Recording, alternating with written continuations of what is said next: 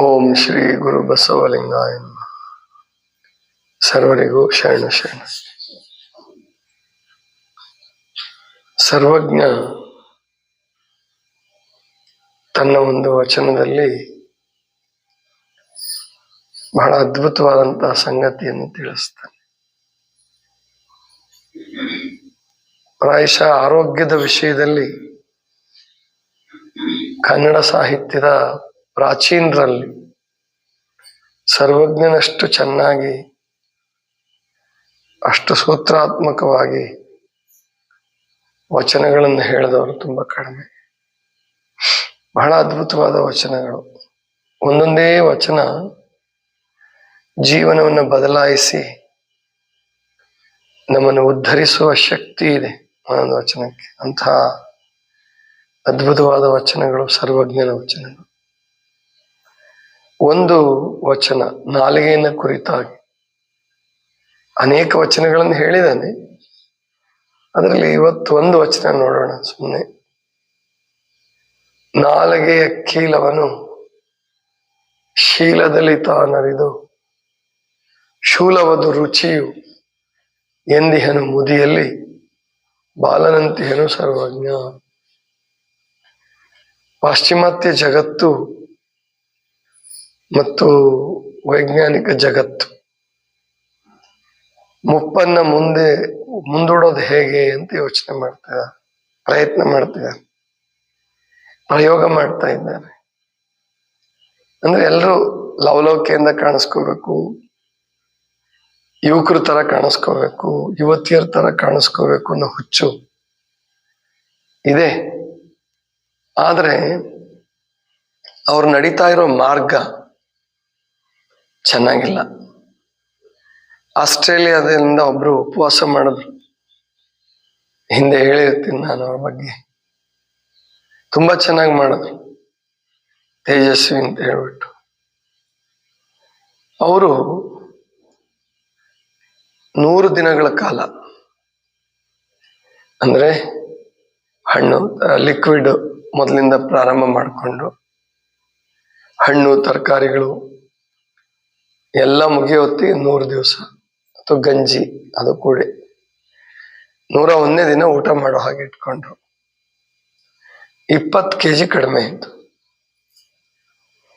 ಅದರಲ್ಲಿ ಅವರು ಒಂದು ಚೆಕ್ ಮಾಡ್ತಾರೆ, ಇಲ್ಲೂ ಮಾಡ್ತಾರೆ, ಭಾರತದಲ್ಲೂ ಶುರುವಾಗಿದೆ, ವಿದೇಶದಲ್ಲಿ ಅದನ್ನು ರೆಗ್ಯುಲರ್ ಆಗಿ ಮಾಡ್ತಾರೆ, ವರ್ಷಕ್ಕೊಂದ್ಸಾರಿ ಮಾಡೇ ಮಾಡ್ತಾರೆ. Medical checkup, whole body checkup ಅಂತ ಹೇಳಿ ಎಲ್ಲ ಮಾಡ್ತಾರೆ.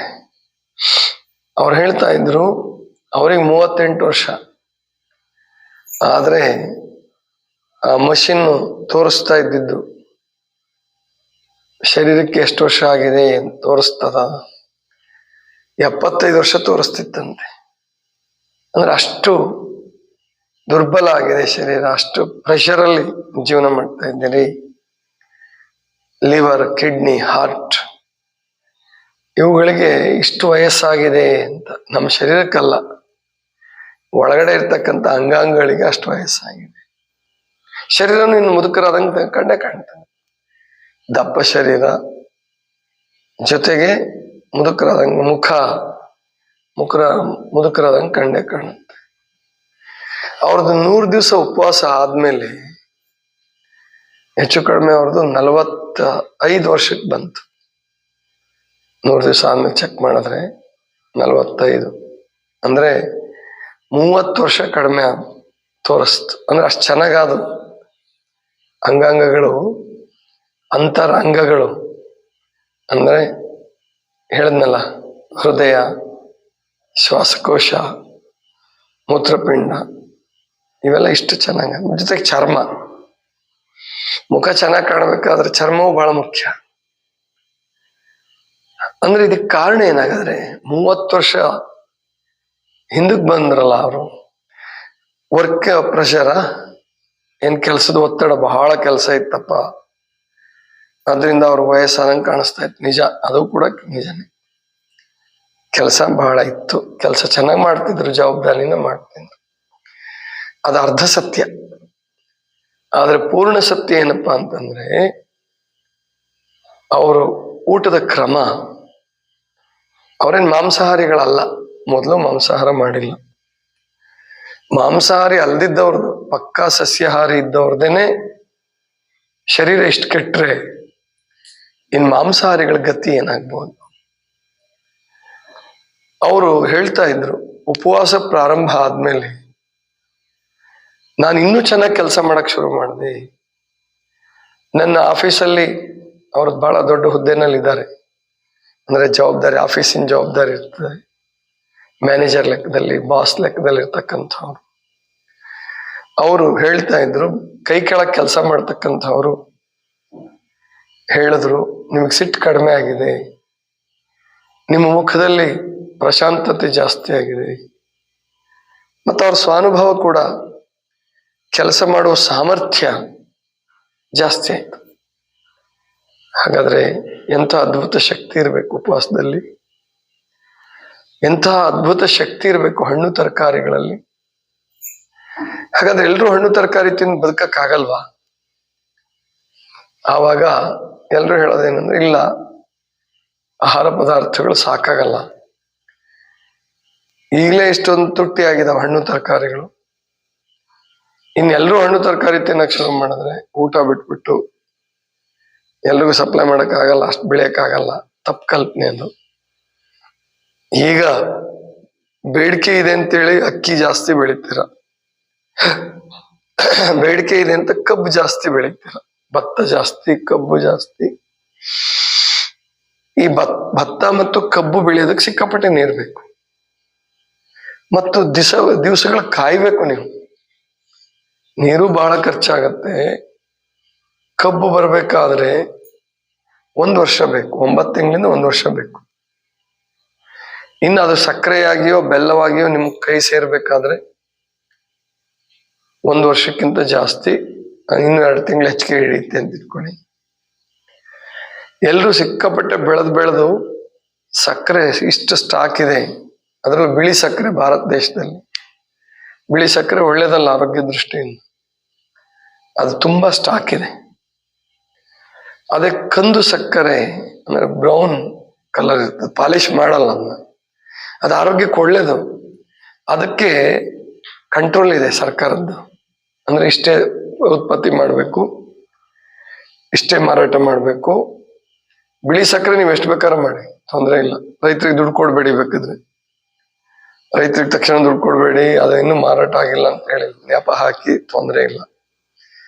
ಆದ್ರೆ ಈ ಸಕ್ಕರೆ ಏನಿದೆ, ವಿದೇಶದವ್ರು ಇಷ್ಟಪಡ್ತಾರೆ, ರಷ್ಯಾದವ್ರು ತಗೊಳ್ತಾರೆ, ಅಮೆರಿಕದವ್ರು ತಗೊಂತಾರೆ, ಚೀನಾದವ್ರು ಎಲ್ಲರೂ ತಗೊಂತಾರೆ. ಆ ಸಕ್ಕರೆ ಕಂಟ್ರೋಲ್ ಮಾಡಿದೆ ಸರ್ಕಾರ, ಬಿಳಿ ಸಕ್ಕರೆ ಕಂಟ್ರೋಲ್ ಇಲ್ಲ. ಸರ್ಕಾರದಿಂದ ಹಿಡ್ಕೊಂಡು ಪ್ರಜೆಗಳವರೆಗೆ ಎಲ್ರೂ, ಸರ್ವಜ್ಞನ ಇನ್ನೊಂದು ವಚನದಾಗ ಹೇಳ್ತಾನೆ, ಬಳ್ಳಿ ಗುರುಡರು ಸೇರಿ ಹಳ್ಳವನ್ನು ಬಿದ್ದಂತೆ. ಬಳ್ಳಿ ಗುರುಡರು ಅಂದ್ರೆ ಒಂದ್ 4-5 ಜನ ಕಣ್ಣಿಲ್ದಿದ್ದವ್ರು ಒಬ್ರು ಕೈ ಒಬ್ರು ಹಿಡ್ಕೊಂಡು ನಡೆಯೋದು, ಮುಂದ್ ನಡ್ಸೋನು ಕುರುಡ ಹಾಕ್ಬಿಟ್ರೆ ಎಲ್ರು ಸೇರಿ ಹಳ್ಳಕ್ ಬೀಳೋದೆ. ಅದೇ ಆಗಿದೆ ಸರ್ಕಾರದ್ದು. ಬೆಳಿಲಿಕ್ಕೆ, ತರಕಾರಿ ಬೆಳಿಲಿಕ್ಕೆ, ಹಣ್ಣು ಬೆಳಿಲಿಕ್ಕೆ ಹೆಚ್ಚು ಸಮಯ ಬೇಕಾಗಲ್ಲ. ಒಂದು ಗಜ್ರಿ, ಒಂದು ಸೌತೆಕಾಯಿ, ಒಂದು ಮೂಲಂಗಿ 3 ತಿಂಗಳಲ್ಲಿ ತುಂಬಾ ಚೆನ್ನಾಗಿ ಬಂದ್ಬಿಡ್ತವೆ, ಒಳ್ಳೆ ಈಲ್ಡ್ ಬರುತ್ತೆ. ಅದು ಮಾಡೋದು ಸುಲಭ. ಅದನ್ನ ತುರಿದ್ಬಿಟ್ಟು ಅದಕ್ಕೊಂದಿಷ್ಟು ಕೊಬ್ಬರಿ ಸೇರಿಸ್ಬಿಟ್ಟು ತಿಂದ್ರೆ ಇಷ್ಟು ಆರೋಗ್ಯ ಚೆನ್ನಾಗಿರುತ್ತೆ. ಮೊಸರು ಸೇರಿಸ್ಕೊಂಡ್ಬಿಟ್ರಂತೂ ಪರಮಾಮೃತ. ಪರಮಾಮೃತ ಮಾಡೋದು ಸುಲಭ, ಇಂಧನ ಉಳಿತಾಯ ಆಗತ್ತೆ, ಗ್ಯಾಸ್ ಉಳಿತಾಯ ಆಗತ್ತೆ. ಬಹಳ ಜನ ಅದನ್ನೇ ತಿಂದ್ರೆ ಗ್ಯಾಸ್ ಉಳಿತಾಯ ಆಗತ್ತೆ, ಭೂಮಿಯ ಪರಿಸರ ಹೆಚ್ಚು ಕೆಡಲ್ಲ, ಆಮೇಲೆ ಹಾಸ್ಪಿಟ್ಲಿಗೆ ಹೋಗೋ ಅಗತ್ಯ ಬೀಳಲ್ಲ. ನೋಡಿ, ಇನ್ಸುಲಿನ್ ತಗೊಳ್ಳೋರು ಎಷ್ಟು ಚೆನ್ನಾಗಿ ಕಡಿಮೆ ಮಾಡ್ಕೊಳ್ತಾ ಇದ್ದಾರೆ, ಎಷ್ಟು ಚೆನ್ನಾಗಿರ್ತಾರೆ. ಅವರಿಗೆ ಹೇಳಿದೀನಿ, ಇನ್ 3 ತಿಂಗಳಲ್ಲಿ ಹೊಸ ಮನುಷ್ಯರಾಗ್ಬಿಡ್ತೀರಾ.